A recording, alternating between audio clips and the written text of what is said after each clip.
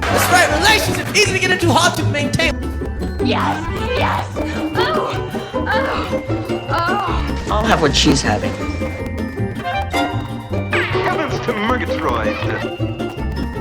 I'll have what she's having.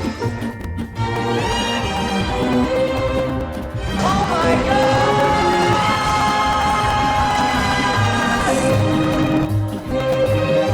I'm a lady, come my lady. I'm a lady, come my lady. I'm a lady, come my lady. Good evening. This is S. Michael, and with me, as always, is Honey, the lovely Honey, Christine, whatever you want to know me by. Honey 2.0 is my Honey 2.0. favorite. Yeah. Flat Honey. Oh, jeez. Just laid it all out there, right on. It's been a while since we've been here. Yeah, it's been a hot minute. Yeah. There's no reason for that, really. But... Well, that's not true. That's not true. Guys, I have had 5 surgeries, whatever. You didn't get to be Honey 2.0 just by, And, I had a surgery just a few weeks ago, and I have another one in just 3 weeks. So, it's a little hit and miss, little miss than more than hit. Yeah, so we should talk about that a little bit. I had a surgery.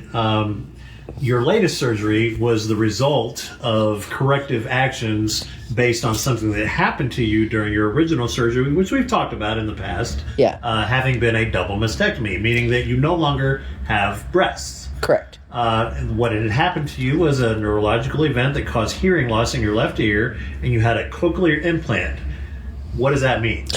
So a cochlear implant is, so your cochlears, you have little hairs in your ear that are like electrodes that help you hear.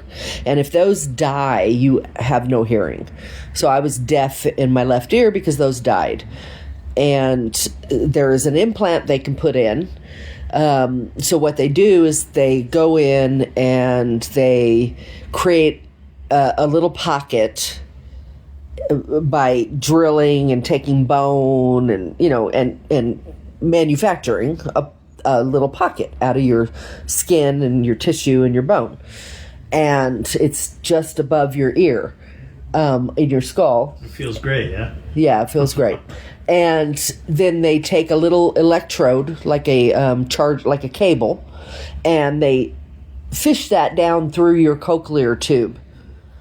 And the idea is when that heals, they activate it and they put a hearing aid on the outside, the regular kind that goes over your ear, and then there's a magnet that attaches to that implant that they put in your head, and it conducts electricity through your head, which activates those dead hairs. Yeah.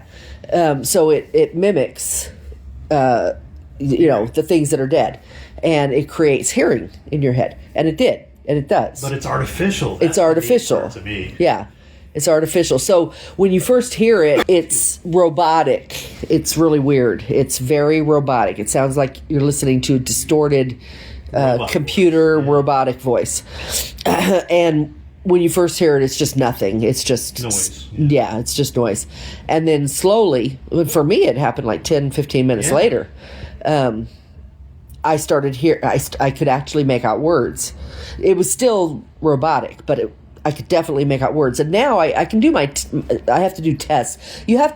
Some people don't realize that you have to retrain your brain. There's one person that was like, oh yeah, that's silly. They thought I was kidding. Neural pathways are a thing, motherfucker. Yeah. No, you have to, it's not just your hearing in your ear. Your brain has a lot to do with the way you hear things. So when you hear, it is just like static. That is what hearing is. But your brain creates the words. Your brain's a miraculous thing that changes the static into words. And your brain works together with your ear. And it creates words.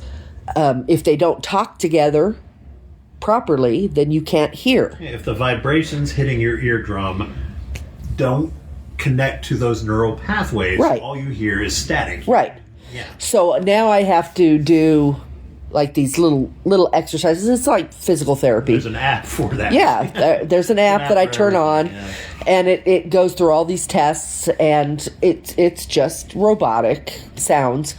And it's interesting because when I got to the higher levels, which is the higher levels, and it tells you these are very difficult, they're hard to do, but they put it in a sentence, and the hardest level gives you a whole sentence, and it has 2 words that you need to pick out, and in the app it's got a list of words, and you need to click the 2 words that you hear. And how'd you do?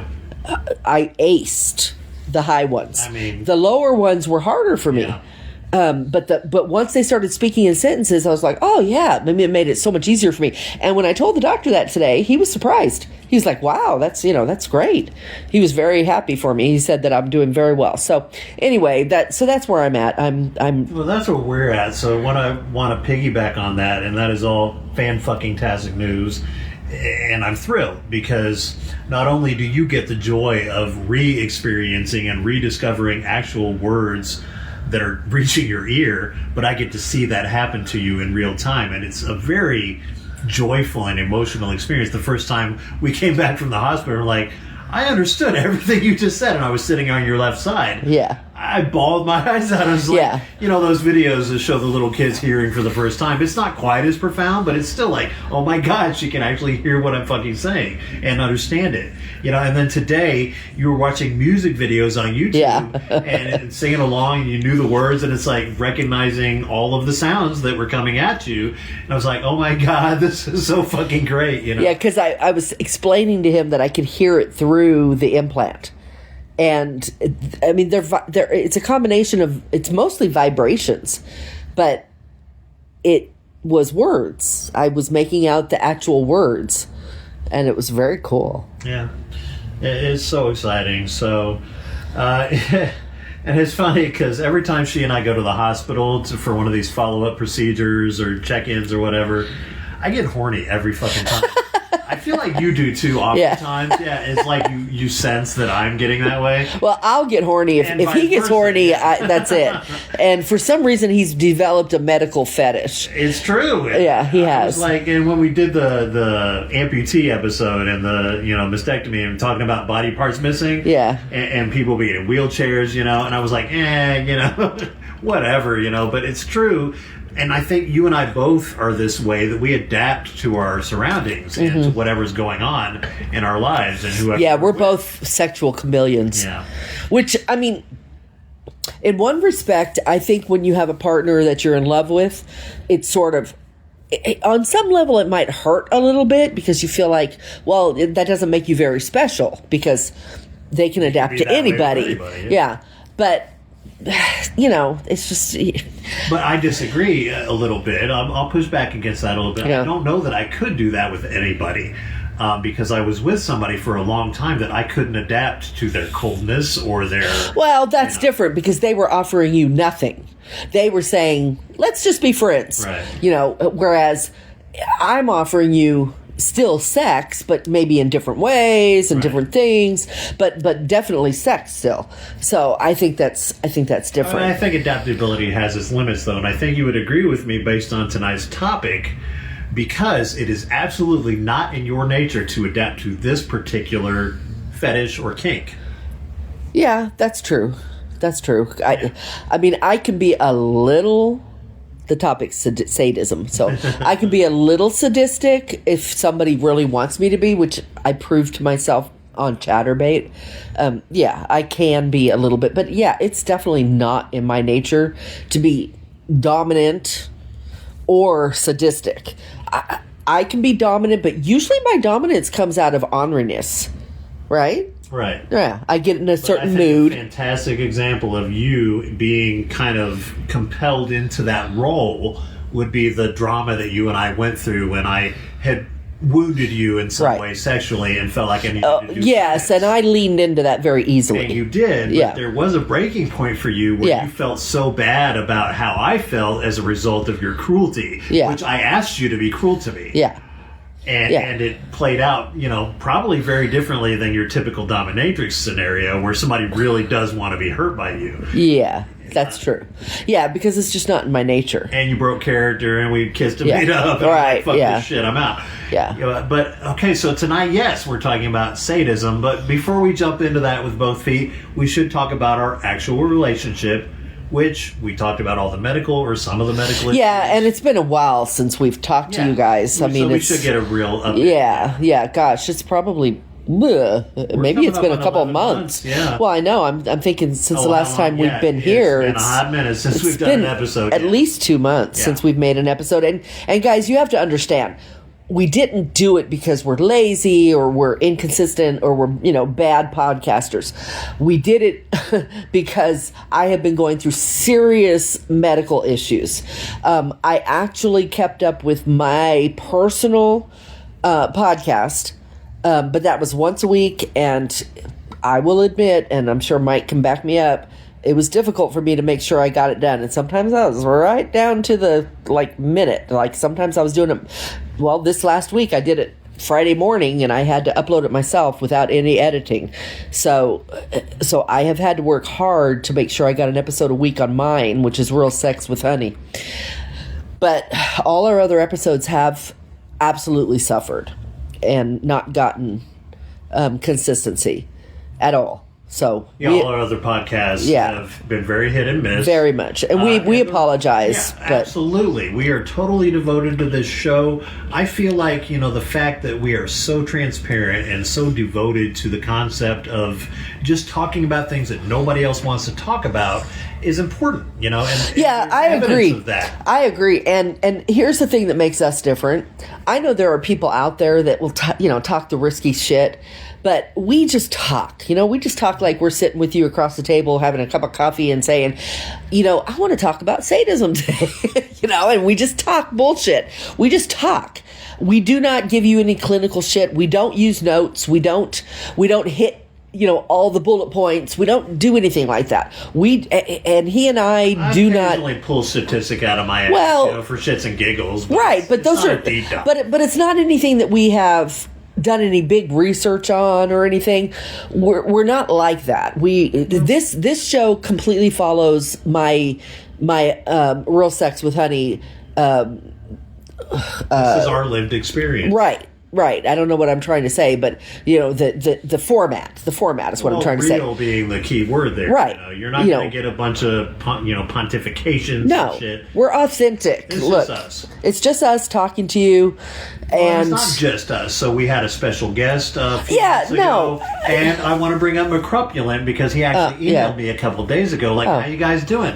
And yes, we have another guest waiting in the wings who wants to and talk I'm excited to have him on. He's French. It's unfortunate that we've had so many medical issues since we've started talking to him, because we're both very excited to have him It on. definitely went on the back burner despite a lot of excitement about the idea of having someone on the show who not only is from France, but also he is what we would call situationally bisexual. Which is what I am.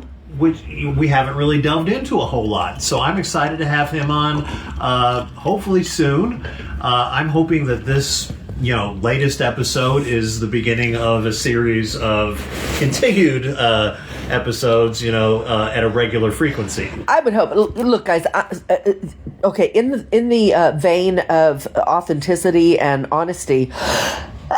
Excuse me. I'm going to tell you right now. I have been bugging Mike. Let's do a show.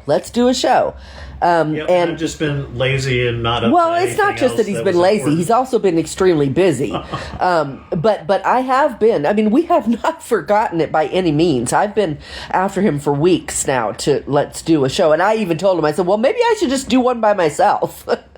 He's like, oh, hell no. Yeah. It's like, you already have a show by yourself. You're not doing that. So we have wanted to be here. We and haven't forgotten about you. We appreciate you. The guy with the foot fetish, the guy who wants to play with his cousin, the guy who, was talking about being peed on and stuff and coming on faces. Well, no, that was your show.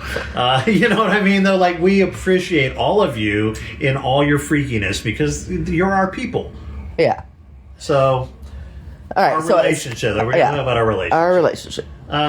Listen, it's been a roller coaster. I mean, any relationship is going to suffer when you're dealing with severe We've been together for illness. 11 months now. Yeah, we're coming up on a year, which is so exciting and special. Well, in a couple of weeks, it's 11 Yeah. months. A month from now, it'll be a year. So we're coming up on a year.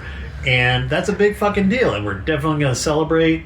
But the bottom line is that it's not been a bed of roses. No. We're both very strong personalities that hopefully comes across in our shows.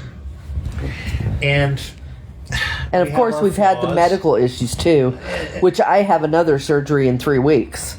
Yeah, and the stress involved with that is just, it's hard to even wrap your head around unless you're in the middle of it.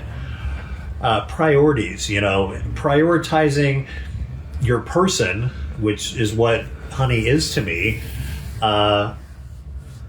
and trying to make sure she understands and feels that she is my absolute top priority versus the fact that I got to pay bills, I'm going through a divorce, I'm trying to build a company from the ground up, I'm dealing with just all kinds of stressful things at the same time trying to balance my relationship with her. It's kind of weird, isn't it, for you guys out there listening to this? Some people think, so you're talking about having a relationship with her and you're going through a divorce. I know some people are like, what? Yeah, okay, maybe they don't have all the facts. We talked about this in the first episode or two. The simple fact is that, yes, I was in a 23-year marriage. But he was separated for 2 years, almost 2 years. Barely talked during those 2 years. And that's when we met. Yeah, sometime at the end of last summer, I decided, you know what, enough is enough. I went back on the dating scene. It didn't go very well for me because I believed in this goofy thing called the long game and what was it? The dating pool. I just didn't know. He was such a doofus. I was. Oh my God. But for whatever reason, she decided to throw me a bone, and here we are today. And September 14th is our anniversary, and I'm super excited about when we reach that point. We'll definitely do a special show. Maybe I'll take her anal cherry live on the air. Yeah, right. Whatever. Don't listen to him. He's such a liar. He's such a liar. For whatever reason, he's scared of my ass. You know what it is? This is my only defense, you guys and gals. Yes, please tell us. I fully believe in a soul connection during sex with your person. And looking her in the eyes when I'm fucking her. You can fuck me in the ass from on top of me. And see your eyes? Yeah. How's that? Oh, what from do the you mean? front? Fuck you in the ass Yeah, from the you front? can. I don't like that. What do you mean you don't like that? That's very rare in pornography. And oh my God, since when does life have to do with pornography? It doesn't. I'm just saying there's a reason it's rare in pornography because it's not in pornography. Thing. That's it's impractical. What do you mean it's impractical? It's this hole, that hole. It doesn't matter. Well, for one, I'd have to have probably 2 extra inches in order for it to work very well. No. Yeah.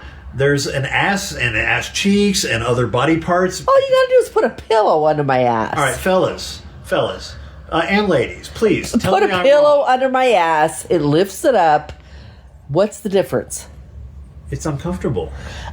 There's extra steps. It's high maintenance. Oh, and I like to look you in the fucking eyes. Then you would be looking me in the eyes. That's the point. Wouldn't it be worth the extra steps to look me in the eyes? And I feel like, and it's funny because we have the same argument as for why this hasn't been done. I feel like if it was that important to you, it would have gotten done.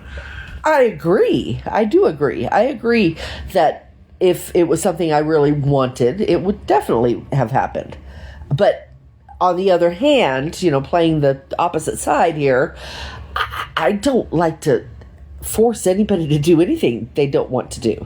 It's not sexy to me. Eternal diplomat, yes. Well, that's just not sexy to me. And so you would not be a good sadist because you are forcing someone to experience suffering and pain. Yeah, but a sadist forces someone with their permission if they're doing it right. If they're doing it right. Yeah.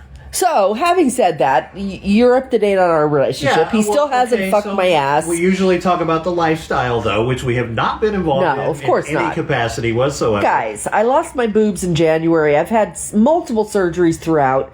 When would we have time to fucking do anything? There is lifestyle adjacent things that we have both, well, mostly you, but that we've done. Yeah, I got back into Chatterbait.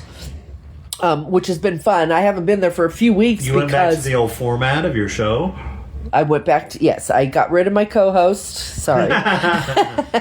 And I went back to my solo show, which I'll be honest, I was ready. And it kind of hurt Mike's feelings, and I get that. Yeah, because we had a good rapport, we do here. Yeah, and I was very excited to get back to solo, and he knew it, and of course that hurt his feelings.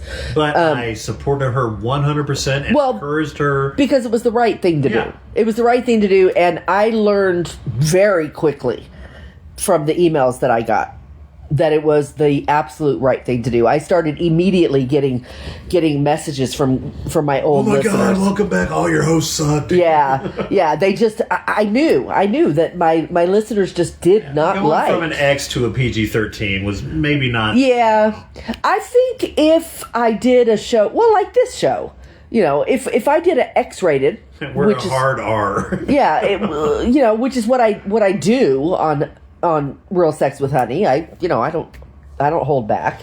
If I had done that, which is what I had envisioned, I mean, if Chris listens to this, which I doubt he does, but who knows if he did, or if somebody who could talk to him does. Look, I'm not bashing him. He's great. Your original co-host. Yes, my original co-host. He's great. He's great for what he is.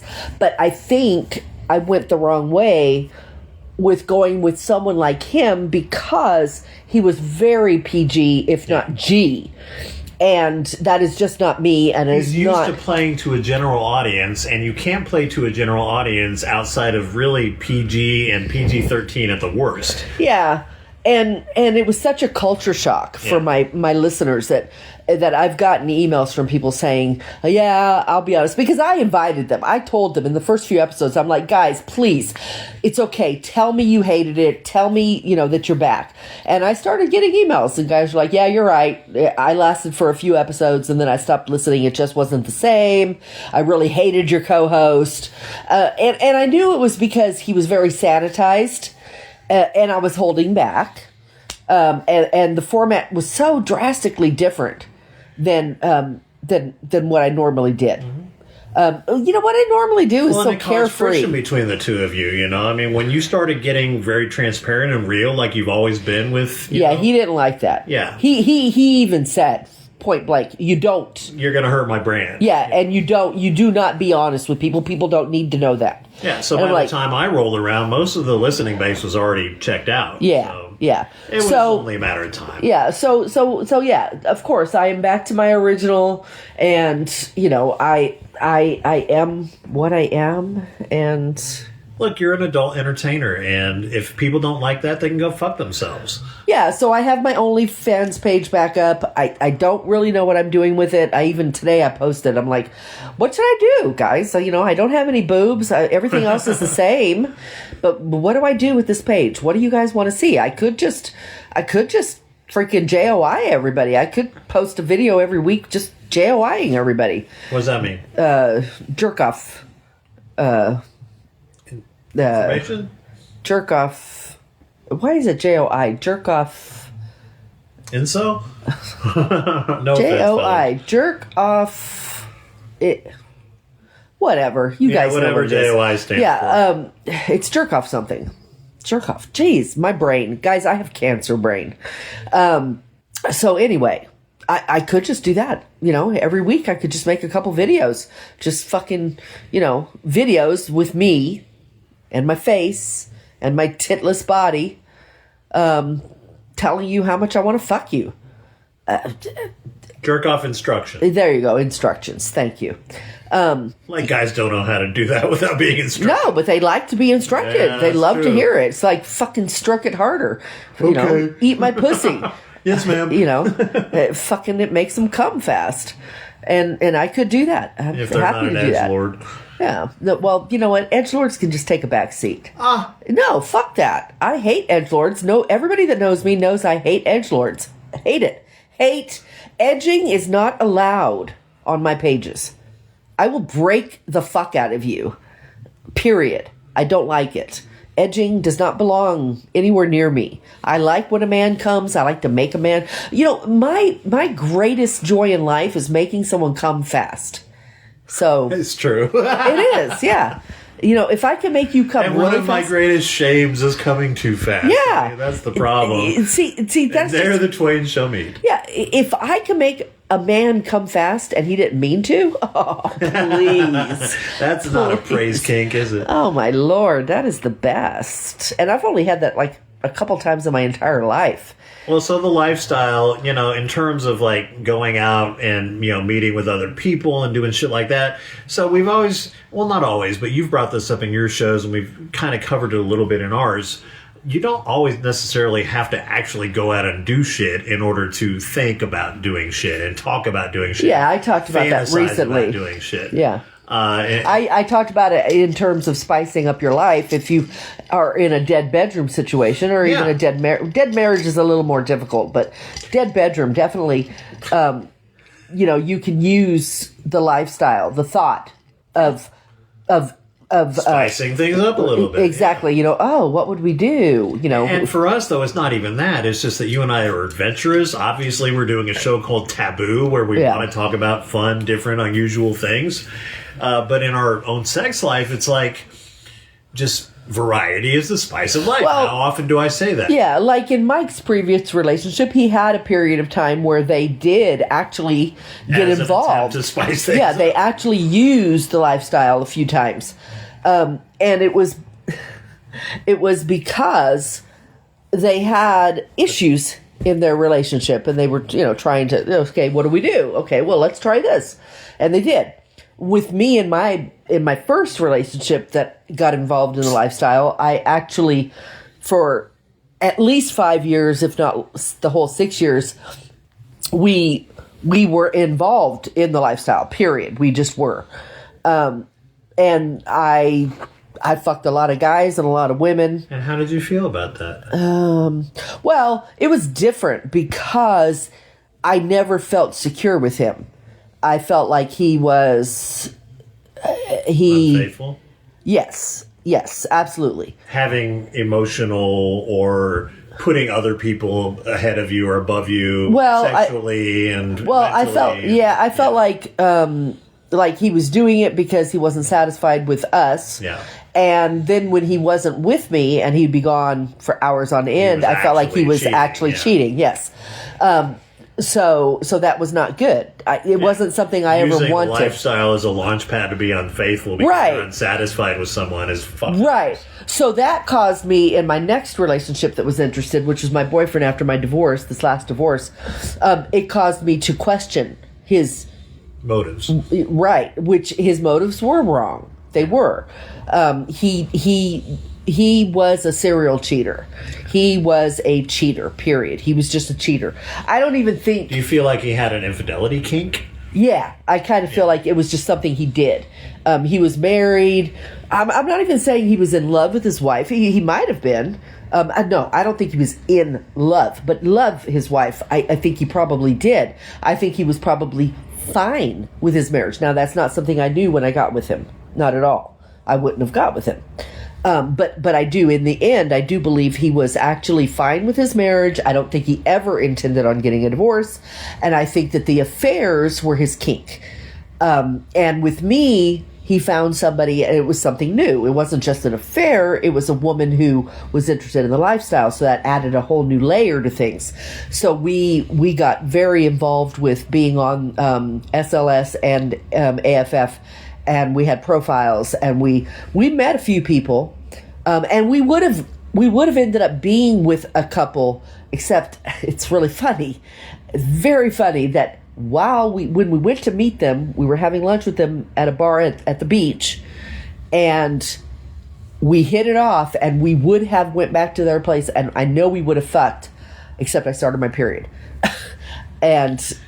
If that had not happened, it's the only woo-woo I believe in. Yeah, and I wasn't. I was 50 something. I didn't have periods. Yeah. This was the beginning of my issues that led to my hysterectomy. So it was very weird. Yeah, very woo-woo. But it happened. That's exactly what happened. Hoo-ha woo-woo is no joke. Yeah, so we never ended up actually getting with anybody, but we had lots of conversations with people. Flirtation. Yeah, lots of flirtations. We had a few dates that it didn't work out. But even when they don't work out, it's there's tension. It's hot. There. Yeah, it's hot for you. Even if you're not interested as a couple in them, even if they're not good looking to you or attractive, it's hot that you're doing it. Yeah, it's kinky. Yeah. So we did all that, and I think that was very interesting to him. It was a new layer he'd never explored before. But do I think he is a serial cheater? Yes. 100%. As a matter of fact, I think the only reason he stopped talking to me was because when we broke up, I told him, go back to your wife and stop cheating. And he got upset with me. Yeah. And he's never talked to me since. Not really. Called him out on his shit. Yeah. Which Mike can tell you, I have no problem Calling someone out on their shit. No problem. So that's Well, I guess. So we're talking about the lifestyle and previous relationships that you've had with people who entered the lifestyle with you. Now, how would you compare our journey into the lifestyle compared to those other? You know, I think the thing that's different about us is it feels more genuine. Whereas with like the last guy, the first guy felt he controlled everything. He orchestrated everything. Yeah. You know, it was a steered you in specific directions. Yeah, you might call it grooming. Yeah. And I did things that I didn't even want to do. Yeah. The second guy, the one before you, the married guy, that was just a farce. You know, none of it was real. Yeah. And it was just playing around. You know, as it turns out, it was just nothing. With you, it feels more like we've been building a real relationship between us that is based in what our truths are. And I hate that term, but that's my truth. Yeah, it is our truths, though. We both enjoy, whether we act on it or we just talk about it. We enjoy the thought of watching. You know, oh, I'm so sexually motivated, and that's not how we would say it, but I'm saying that for your benefit.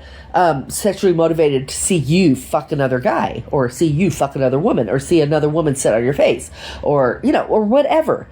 That's genuine. That's a genuine emotion between us. I think that we both are very kind of relieved and excited by the fact that we found somebody that is just a thing. That is okay. It's okay. It's not, there's no motivation that isn't just pure. No, it's okay for us. I mean, we get that it's not okay for everybody. That's why it's called taboo. You know? But that's what I mean. That we have found, you know, each other, and that is what we like to do. We like to talk, and maybe that's all we'll ever do. We don't know. But we're okay with that. We have both. Well, so that's what I wanted to talk about. And so before we do jump into the taboo of the week, which again is sadism, we haven't done anything physically with anyone else outside of ourselves, Jay, in a hot minute. Okay, it's been a while. We've done it once. We've done two things, and one was together and one was separate. Right. But we've done a lot of fantasizing and a lot of talking about it. Here Probably in the past couple of months, especially since your procedure, you know, my whole thing is, you know, let's create an army of flat-chested women that have to have tits removed. One way that I can get Mike to come really fast, if I decide that I, and don't get me wrong, do not misunderstand, I do not get him to come because I'm over it and I want it to end. Are you done yet? Yeah, that is not why I get him to come. I had to explain this to him because he's like, I think you do this to make me come. You're right, I do. But it is not. See, she admitted it. Yeah, I did. But it's not for the reason you think. I understand that there's a whole thing out there with women who will get like they just lay there like a dead fish, and then if they want you to come, they'll be like, oh, so you'll come. Oh, he's done. Yeah, but that's not why I do it. I start spinning fantasy because I love when he fucking comes. It's part of my fetish. I get off on it. It thrills me to no end. And with Mike, he comes like I've never experienced anything. I have never experienced anything like it with him because I feel him fill me up. It's very odd because literally in all the sex I've ever had, I have never once felt the cum coming into my pussy the way I do with him. It is weird. I probably. Did I say we were a hard R? We're an NC-17 at least. Oh no, we're triple X. So I don't know. You tell me. tell them, sometimes do my eyes just get like, oh my God? Yes. Because I can feel his cum gushing into my pussy, and it starts getting hot. But that's not the only thing that you notice about my orgasm. Oh, well, no. So that is definitely something I noticed. But the one thing that I'm constantly telling him about, and I tell him all the time, he looks so angry when he comes. So when he comes, he looks mad. I mean, I know when he's coming. Okay, the only way that I don't know if he came is if I wasn't paying attention. If I had my eyes closed and I was enjoying and I wasn't paying attention, I might have missed it. But usually I am looking at, because we have this thing, we look in each other's eyes the whole time we're Which fucking. you can't do if you're fucking somebody from behind, just throwing that out there. Which is why I said you could fuck me from front.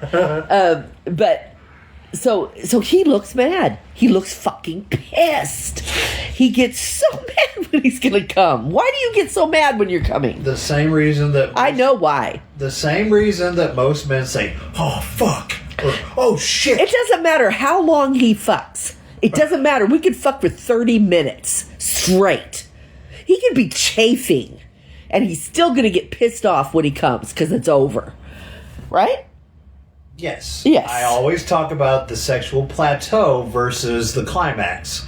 In the plateau, you are as happy and content and going at it as you're ever going to be. Yeah, but you can enjoy the cum also. When the climax happens, you're fucking done and Yes, it's over. but you can enjoy it. You can just enjoy it, Yes. that it's You over can and say, you're going to "Ta-da," rest. instead of fuck. Well, yes, you can enjoy it and rest and say, my I'm going to get to do it personality. again. And this is why you pointed out, is that my personality is not to say, yay, I came. No, his It's always, fuck, the his fuck plateau's face, over. his fuck face. Other guys get a fuck face of ecstasy. He gets a fuck face of I'm gonna shoot the shit out of you. I'm gonna kill you. I'm so fucking mad.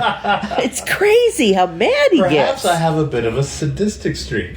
Okay, so now we go into sadism. What a great segue. Yeah, well, when I think of the word sadism, of course, it's hard not to think of the Marquis de Sade, and that's where sadism comes from. That's the root of sadism, is de Sade. For whatever reason, there was a Frenchman who liked to hurt people, and there was also masochism involved. He would find people who liked to be hurt, and that was what his sexual dynamic was. And so the Marquis de Sade basically invented the modern concept of sadism and sadomasochism. Now, we're not going to dwell on masochism tonight, although it's very closely related. Sadism is wanting to hurt someone and getting off on it. Masochism is wanting to be hurt by someone and getting off on it. Right? I mean, Yes. basically right. Yes. So when it comes to sadism, it was funny because she asked, well, are you sure you want to do this topic? Do you have enough experience to draw off of? Because I don't. Yeah. Exactly, because it's not in your nature to hurt people. No. And I wouldn't say that it's in my nature to hurt people, but I would say that it doesn't bother me as much to hurt people as it bothers Christine. The idea of hurting someone who doesn't mind being hurt or who can tolerate the hurt kind of excites me a little bit from time to time. And a good example of that would be certain fantasies that we have with each other, such as when she's playing a younger version of herself who may be less experienced, and I'm fucking her very hard, and I'm imagining that my dick is much bigger than it is, and I'm telling her, oh yeah, this huge cock is ramming you, and I'm going at it as hard as I can, And I pretend to cry. and she's whining, and she's pretending to cry, and she's like, ow, and for whatever reason, and I don't understand, if she says it hurts, I'm fucking done. And that's how I know it's trying to make me come.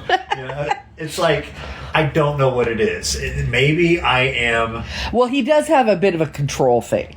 That's for sure. Power. I don't know control, but definitely power. Because power and control are linked for sure, but wanting to have power. Okay, over yeah, it someone might is be not more of a necessarily power. going to manage Yeah, them. it might be more of a power because it's kind of more of a dominant thing. Yeah, and I agree. And in fact, it's funny that we were talking about the Flat Honeys thing, because my latest thing was creating a website called FlatHoney.com. Guys, if I tell him that all the Flat Honeys are there, and they're all fucking pleasing him and pleasing me, and we're all fucking him. He comes. He loses his shit. Well, because But guess what? Guess what the term is that really gets him? The term that gets him to totally lose his shit and orgasm is when I say, you created this. If I say, you created this is your world that you created, he comes. yeah, I got a power kink. Yeah. But that's not the same as sadism. No, God, no. But I will say that I have a slight sadism kink. Well, It's you not a have- fetish. I can't not get off. I mean, if you don't definitely have a hurt you. dominance kink, but let's hear about your sadism. Well, so the idea of the person I'm having intimate relations with being in pain does excite me from time to time. And he has gotten into my medical Oh, issues. God. I mean, yeah, but No, he has. Every time we go to the well, hospital. we talked about that. Yeah, he and gets I was a little very horny. Transparent about it. And it's not because you're suffering. It's just because we're in a clinical environment and we're not supposed to be up to, shenanigans. I tried the other night. Okay, so I had to call an ambulance on Saturday because I was alone. He was out doing something, and I was alone. And I had an issue with my blood pressure, and I was told, call 911. So I did, and he happened to come home because he had a feeling from stuff I was posting on Facebook, and so he had a feeling that I needed him. I needed help, and he was right. And he broke down the door as I'm walking down the stairs, getting ready for the EMTs to come. He breaks through the door. It doesn't even. I mean, it's like, what the fuck? Why didn't you text me and tell me you were coming? I could have opened the door, but no, he doesn't tell me nothing. He just breaks through the door, and because I had a bar bolting the door, so he had to break it. So he broke the damn door, and We got to replace it. yeah, we're gonna have to replace it. But he came in, and so that night I had to take an ambulance to the hospital. We're at the hospital. They're running tests and doing all their shit, and it was like 5 a.m. And so we were at that point where they had done the CAT scan, and we had to wait. For So your we, MRI or yeah, so we had a couple hours to wait, and we turned the lights off in the room, and I told him, I'm like, you can get in the bed with me. So I turned on my side, and I had him get in the bed, and then I started kissing him, and I started really kissing him, and I started, like really giving him my tongue, and I told him, I said, I'm getting myself really horny. And I wanted him to fucking just, like jerk me off so bad. And But we both who fell knows where asleep. we would have ended up with if I wasn't so exhausted. But yeah, at 5 a.m. it was like, yeah, this ain't happening. But it'd be fun if it did. But, It was headed that way. so in terms of sadism, I would say it's kind of somewhat, sometimes, often, maybe even related to having power over someone who is vulnerable. Okay, what about like today when you came and you kissed me a little while ago, and you grabbed my neck really hard? I did. Yeah, Maybe a little too you, hard, yeah. and I actually got dizzy. I mean, we kissed for a while, and he kept grabbing it and pushing on it, and then all of a sudden I got dizzy. I'm like, whoa, wait a second, I got dizzy because he was doing it pretty hard. So what about something like that? Well, so that to me has less to do with sadism than power. Dominance. Yeah, dominance. Which is what I think you have more dominance than sadism. Yeah. Fair enough. I think when it comes to sadism, actually hurting you, that would be more related to fucking the younger version of you. And I think your sadism is more about like, I'm fucking you and my cock's too big and I'm hurting you. Yeah. Versus, or in your ass, I'm fucking your ass and it hurts. Versus, I'm spanking you and I'm welting you up. Yeah, no, I've never been into that. Right. I don't want to whip you or spank you. Although, have you create done it? welts. But have you done it? To anyone? Yeah. No. Okay, so what if I asked you? What if I dressed in a short little mini and a little tiny top, and I laid across your lap, And you're playing Chris. and I'm playing Chris, and I need you to spank me because I'm bad? That's a dangerous road for me because You would do it. I would totally do it, but always safety first, right? And respect. It's Sure. like So we would have our safe word, which we Yeah. have. So we would go into it, and I would say, I know our safe word, and I would say, I need you to spank me, Daddy. Don't think I didn't notice that you brought this up like a week ago. You were like, I want you to do XYZ to me, you know. I did? Have a safe word, you know. And I haven't forgotten it, but I don't remember. Yeah, you texted me. You're like, "This is what I want you to do." And, Oh, yeah. and it's like I did, yeah. And I purposely ignored it because we have so much going on that if I had even briefly entertained it, I would have done it. And I don't know that I would have done a good job at it. Because Okay, so, but if I dressed in a really, really short, that showed my ass, skirt, and a little tiny top that doesn't cover anything. I mean, I know I don't have any tits, but it's still sexy. It's still fucking sexy. Uh-huh. And I laid across your lap and told you to spank me. Spank me, Daddy. Yeah, spank me, Daddy. I'm Yeah, bad. that would totally You would do get it. me off. And again, I So think it's so a walk power me thing. walk me through this. I'm getting horny, guys. So walk me through this. So would you fucking spank me and get hard? Yeah.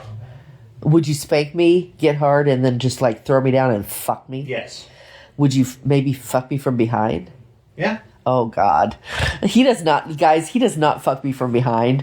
And It's true. It's very rare. Yeah, he's only done it like maybe 3 handful, times. yeah.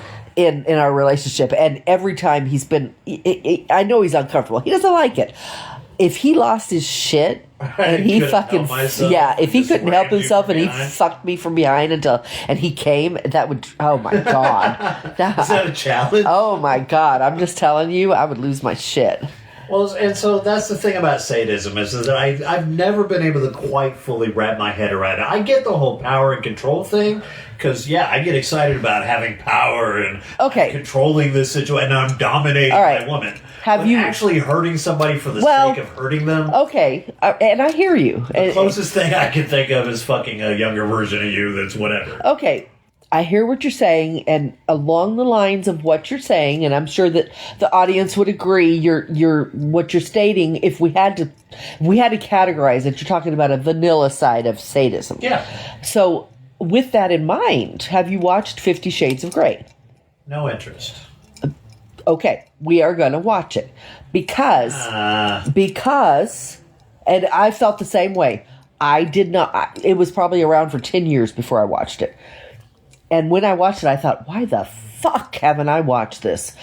Because I am also not into the heavy side of sadism. But what he does to her is 100% up the alley of what you're talking about. And you need to see and feel what he does to her. Do I, though? Like, Yeah, no, I you watched really porn. do. I No, watched a this lot of is not porn. This is not porn. This is a man who has control issues. He has to be in control. He gets off on it. He finds a young woman. He's a dom. That's what I'm saying. He's a dominant, but he is not a sadist. But he inflicts light pain on her. But I'm just telling you, you got to watch it.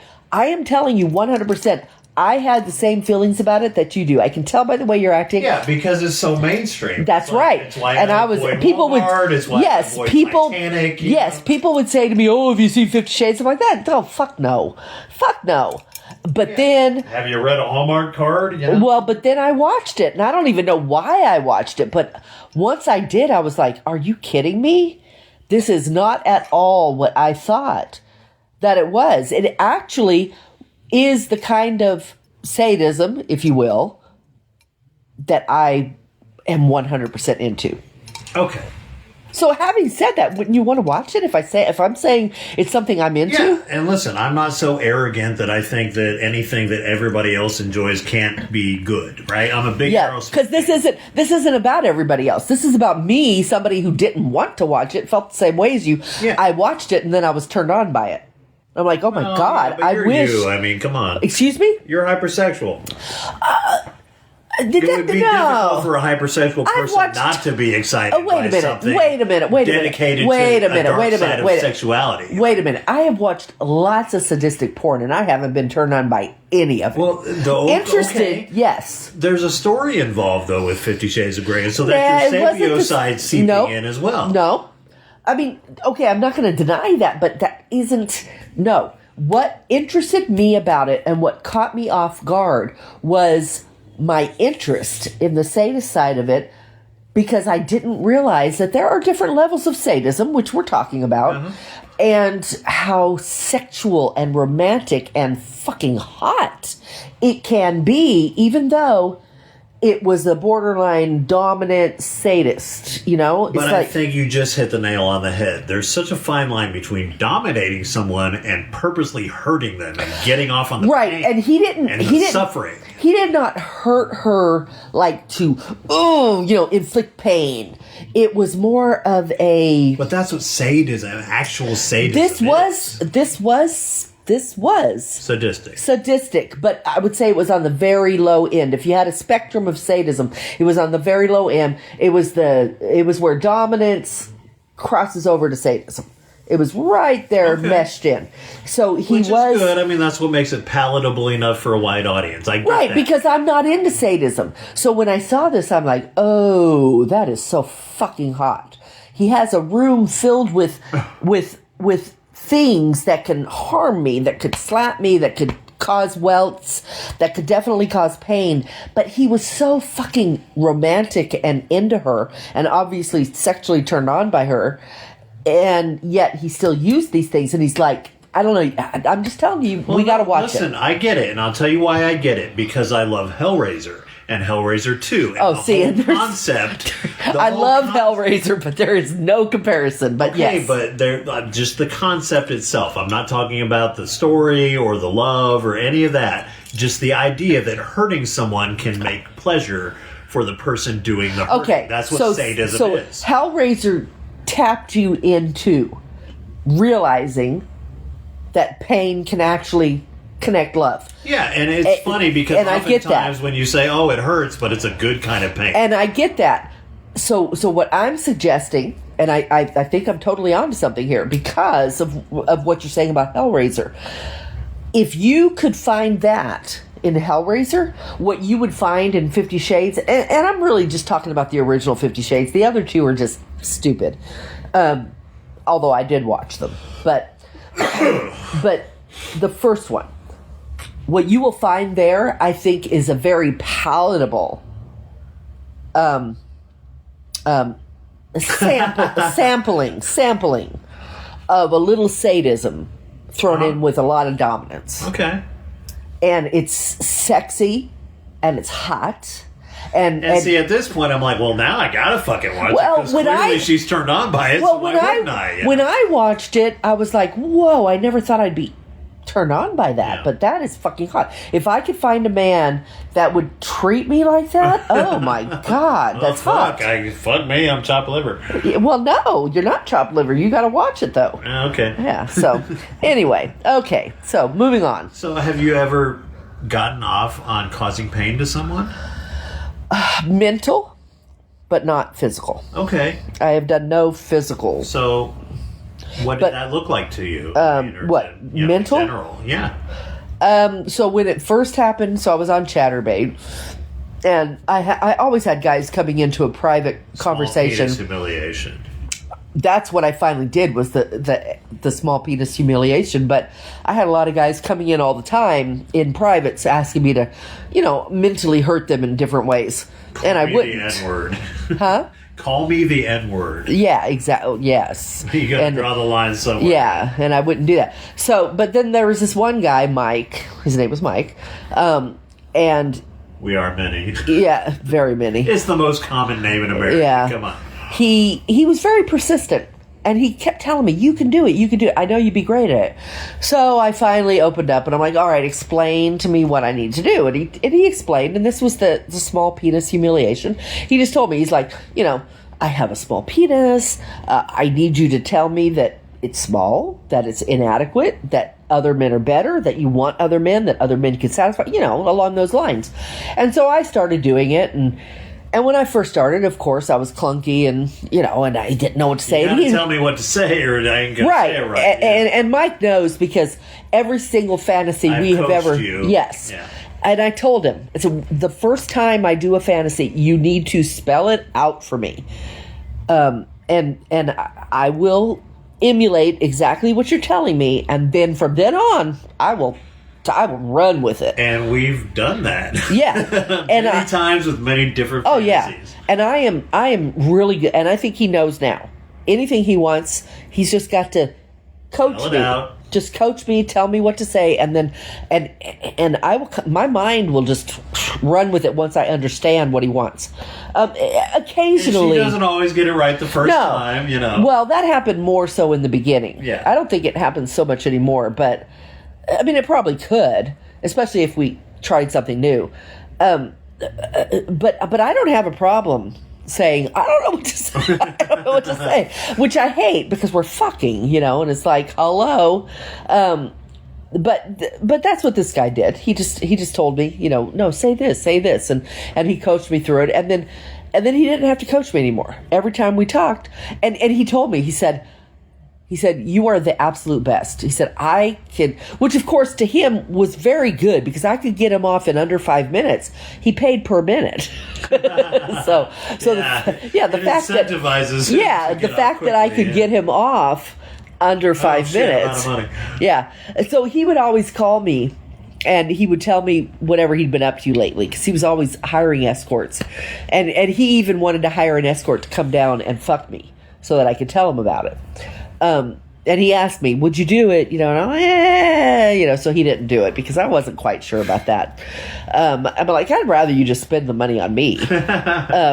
But yeah, you know, I mean, he would call me 2-3 times a week and I would just tell him how inadequate his penis is. Yeah, I think you just need a good pimp. Yeah, but I was never into any physical. And you know, when I think about it, okay, I think about what I do to you. So I pull your hair. You scratch me? I scratch you and I pull your nipples. Oh, yeah, you pinch my nipples. Fuck. But in fairness, I really do. I twist the shit out of his nipples, but it makes him come. And I told him, I said, look, it's not that I want to do it, but I've noticed the pattern. I will do it the way you like it, which he likes me to rub my hands like lightly over his nipples with a little bit of firmness so he can feel it, you know. And he I can tell he wants to come, but he doesn't want to. He is like he's there. Plateau. So I squeeze and I twist his nipples, and the more I twist his nipples, the closer he gets, and I can tell by his face because he's getting mad. And then I squeeze him really hard, and he comes very hard. And I'm like, you know, I mean, I'm sorry, I'm all into the pleasure of this, and it makes you come. To be fair and to not be selfish. My thing is, if you really want me to watch 50 Shades of Grey, and I'll get back to why I haven't, because there is a more deep reason for why I haven't watched it, and I think you're aware of it, you should coach me. You know, I will absolutely watch it, but also in tandem with that should be the communication that you expect from me when it comes to me, you know, getting fantasies out of you.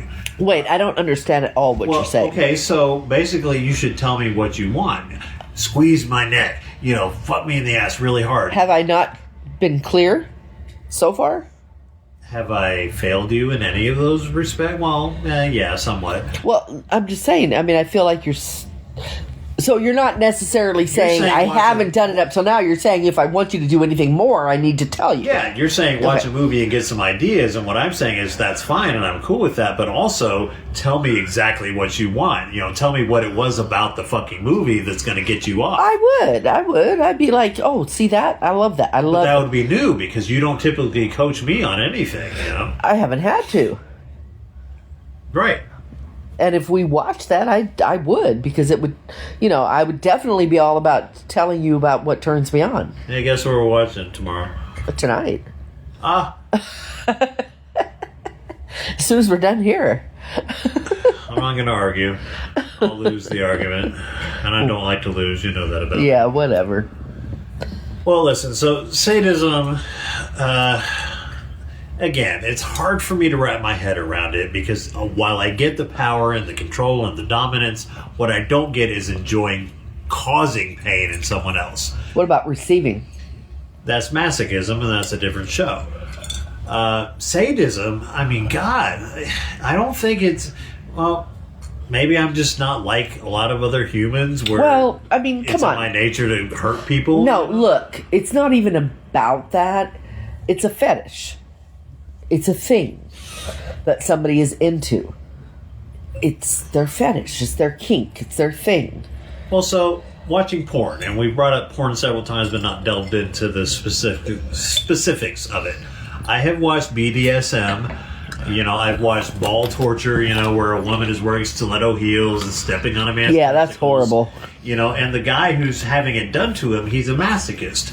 Right. But the woman who's doing it, I don't think is a true sadist. I think that she's just doing Yes. whatever it is that the guy wants. That she's being paid to do. Yeah. Yeah. And so I think actual sadism porn is rare. It's not something that is common. It's not something that I've noticed. seen plenty of sadism. I mean, real sadism, and it's been men on women and men on men. Although I will admit, it's been more men on men.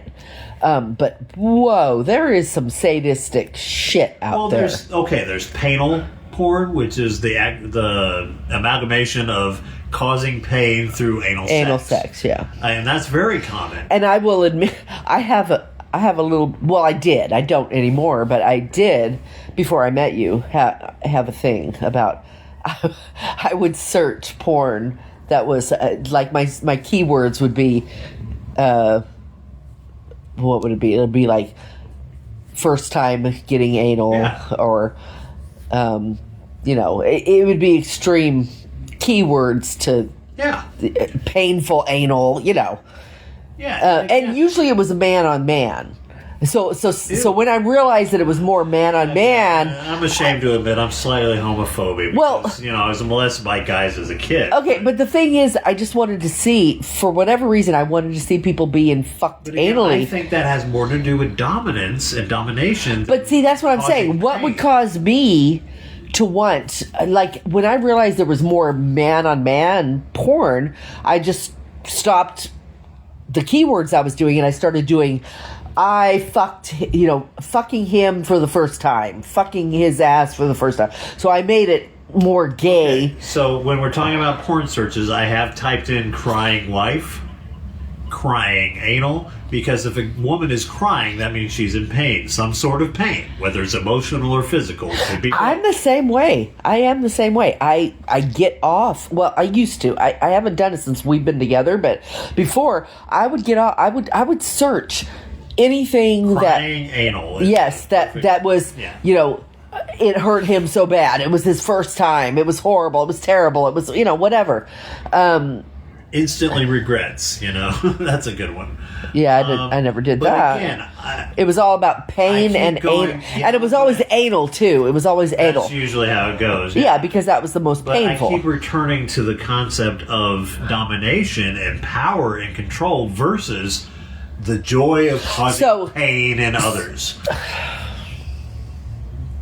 I think that you get off more on the power and the control and the domination than, oh, look, he's causing someone to actually be harmed and getting off on it. Like, sadism, I don't think is necessarily your thing, even when you're talking about 50 Shades of Grey, it's more about... No, that's why I'm attracted to it, because it's, like I said, it's on the cusp of dominance and light sadism. It's more the dominance. It's the extreme dominance. You're walking the line. You're right. Yeah. There's a little bit of sadism. I mean, he more talks about sadism than really does it. He's like, I have the room filled with the whips and the stuff and but what does he really do to her? He doesn't do more than smack her with, the pain, because nipple clamps cause pain. And I've used nipple clamps before, and they are very painful. And okay. So this is what I'm going to say about sadism. I have done things, I've had things done to me that caused extreme pain, like nipple clamps. Got nothing from it. But when it comes to... Well, because you're not a masochist. Right. But when it comes to, and I have never... my fucking nipples. Exactly. When it comes to tweaking your nipples to the point of pain... You're more of a sadist than a I masochist. love it. I love it. I love causing that pain if I get off. That's right. Yeah. If it makes you come, that's a total turn on for me. You're right. Which and makes so, it easier for me to wrap my head around. Yeah, and so I will definitely watch porn that has to do with, no, it's still on.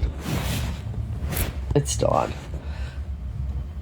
Yeah, we're coming up on an hour, you guys. I mean, and that's the thing, is that I don't know that we delved all that deeply into actual sadism. No, we're just talking about our thoughts because on that's it. the thing. Like, sadism, like many kinks and fetishes and taboos, is difficult to wrap your head around if you're not really all that into it. Yeah, and sorry, guys, I was in the middle of a thought. You might be like sitting there going, what were you going to say? I don't remember. Must not have been that important. He interrupted me. It's his fault. I'm sorry. But yeah. Well, because we're up against a deadline. I mean, we got to keep it around an hour. Yeah. But all that to say, look, if you are into hurting people, if that's who you are as a person and what gets you off, we are not shaming you. God, no. But I will say that just like with furries and just like with having somebody shit on my chest, I don't really have any interest in it myself. Although beyond morbid curiosity. I will say this. If you're kind of straddling the fence, not sure whether you're a dominatrix, dominant, or a sadist, if you're like, what is it that I'm really interested in? I'm serious, guys. Watch 50 Shades of Grey. Just watch it. Just get a feel for that whole feeling of a dominant person and a compliant person. And I mean, she is not by any means one of these people that's just like, oh yes, I'll do anything. No, she's not a sub. No, she is a sub, but okay, well, that kind of is no. There's see, and that's what I mean. That's why I'm saying watch it, because she's definitely a sub, and he is definitely a dom. But I would say they're at the extreme end of it. She pushes back. She 100% pushes back. That's why they end up getting married. Because she's not just a shell of a sub saying, oh, do whatever you want to me. She has a personality. She has a mind, and he falls in love with it. Yes, master. Yeah, she's not that person. She's more than that. And that's why he falls in love with her. And he's not just a masochist, or a sadist. Sadist, yeah. He is a person that actually, he's very soft sadist, and he is honestly looking for love. He's just looking for someone to love him for who he is. And nobody Which does. Is a person who likes to cause pain in others. Yes, but not extreme. Yeah. He's much He's more... a respectful sadist. Well, no, it's just that he's much more dominant than sadist.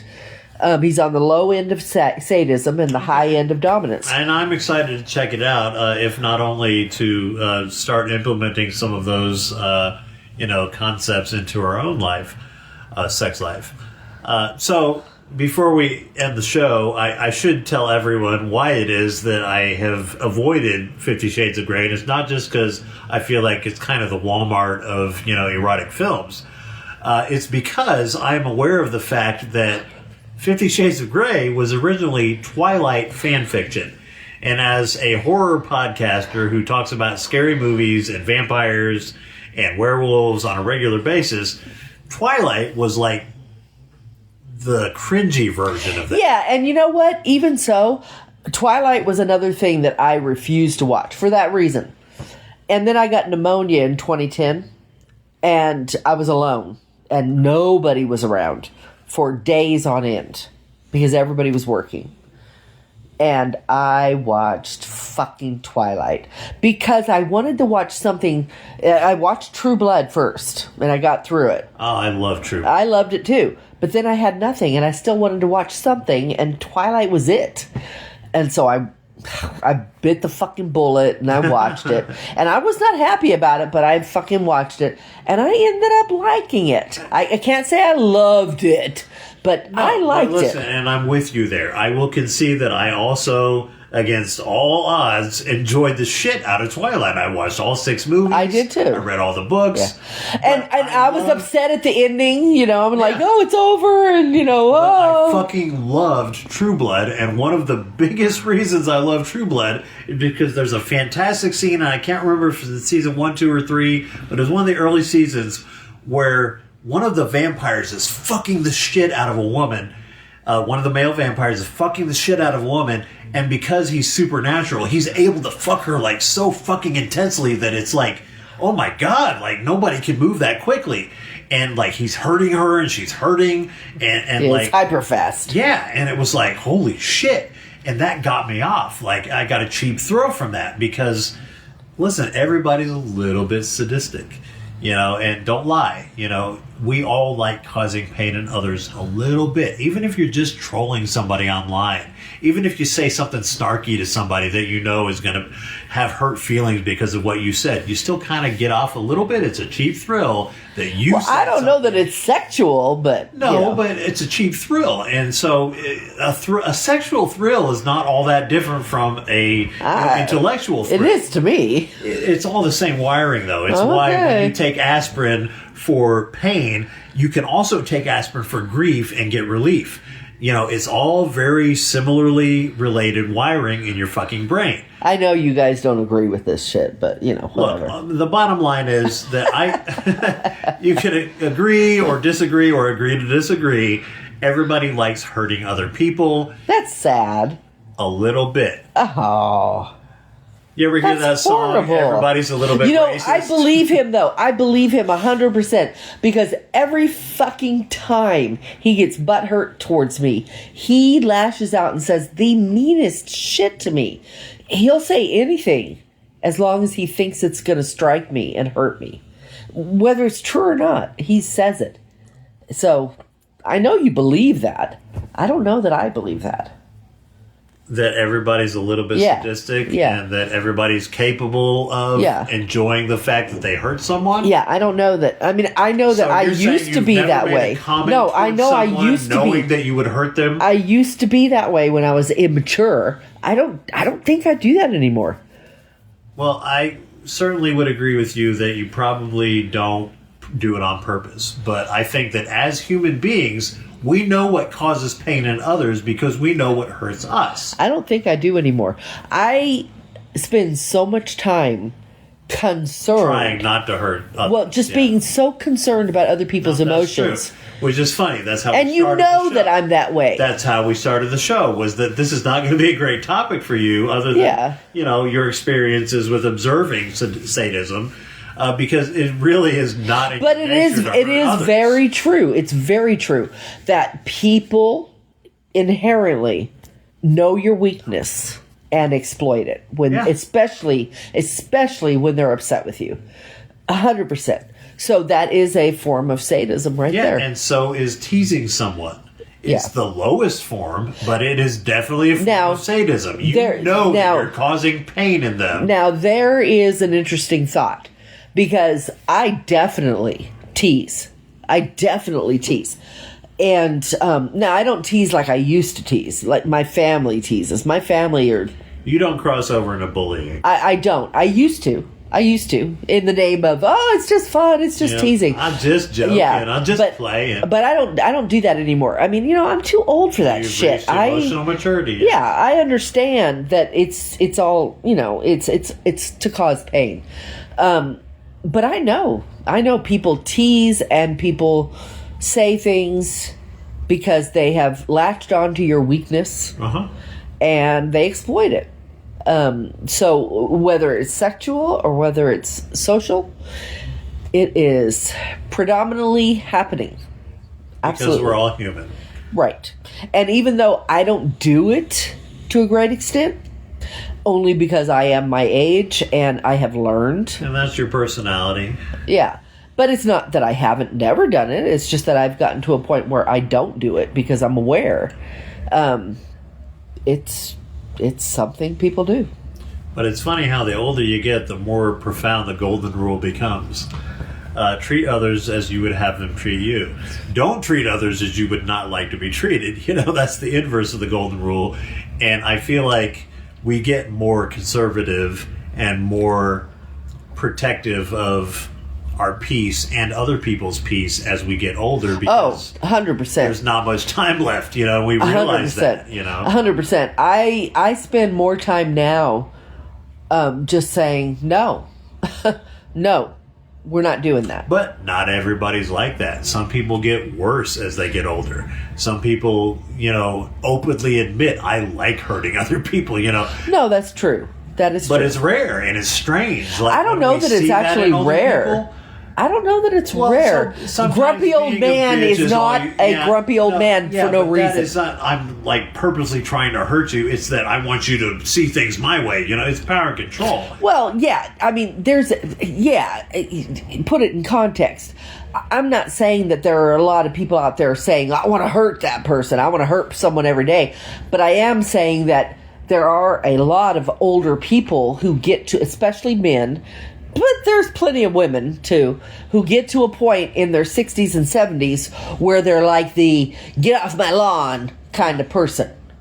Yeah, whatever I can do to say fuck you to somebody, without saying actual fuck you, I get that.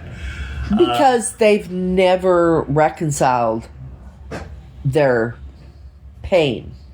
Yeah, and they don't quite reach emotional maturity, and it's tragic, and again, to me, it's strange. It's hard for me to wrap my head around. It's like, I hope that by the time I'm 70, if I get that lucky to get that far, that I've figured my shit out to where I'm not purposely trying to hurt people. But again, we got to wrap it around to the taboo, which is that, listen, if you get off on actually hurting people, again, we're not shaming you. You know what?